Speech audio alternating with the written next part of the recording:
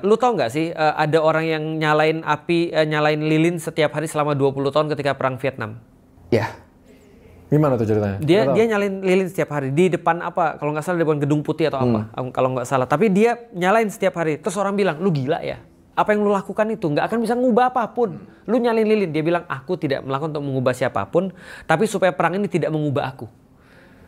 Sehingga bikin dia tetap waras. Betul. Artinya adalah apa? Artinya the biggest loss adalah ketika kita seperti orang yang jajah kita. Jadi kita bertindak sama. Lu tahu kan, setan ketika diputuskan oleh Allah, kamu bakal masuk neraka. Setan bilang apa? Aku nggak mau sendirian. Maka dia berusaha buat manusia sama kayak dia, supaya bisa ngerendahin orang lain. Merasa sombong, karena dia nggak mau masuk sendirian. Artinya kalau kita lihat ada orang-orang yang nyebelin, please, jadiin orang bajingan tuh guru terbaik. Nah, tapi argumentasi yang selalu dipakai buat counter ya, kalau nggak kayak gini, nggak ada efek jerahnya. Betul. Nggak ada urgensinya. Betul. Maka bakal ngerasa makin sewenang-wenang gitu. Jadi kan analoginya apa ya?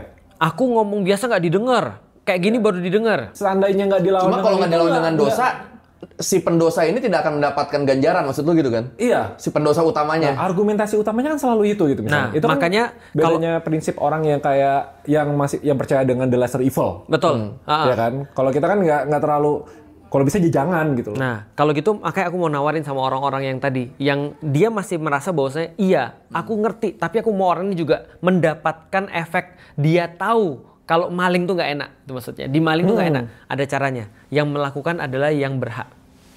Jadi bukan berarti rumah itu nggak bisa dijarah, bukan berarti harta itu nggak bisa disita, bukan berarti bahwasanya mereka nggak bisa dimiskinkan, tapi siapa yang melakukan. Itu aku bilang tuh. Perampasan aset itu. Itu dia. Jadi kalau itu yang melakukan Jadi kalau itu yang melakukan adalah negara, aku akan tertawa paling pertama. Wah. Karena harusnya begitu kan. Iya benar, harusnya gitu. Tapi aku balik lagi, terus terang aku pesimis. Iya, Kenapa? iya. Karena orang yang harusnya mengesahkan RUU itu, atau orang yang harusnya mengesahkan pembuktian terbalik ataupun perampasan aset itu adalah orang yang justru bermasalah. Iya, itu dia. Nah, di titik itu yang lu tanyain tadi aku bilang jenius.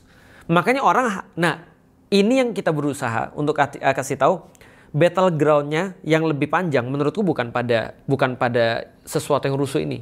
Tapi battleground-nya adalah bagaimana cara mendidik umat biar mereka tahu bahwa saya memastikan ini nggak keulang. Bukan hanya fokus pada hasil, tapi proses.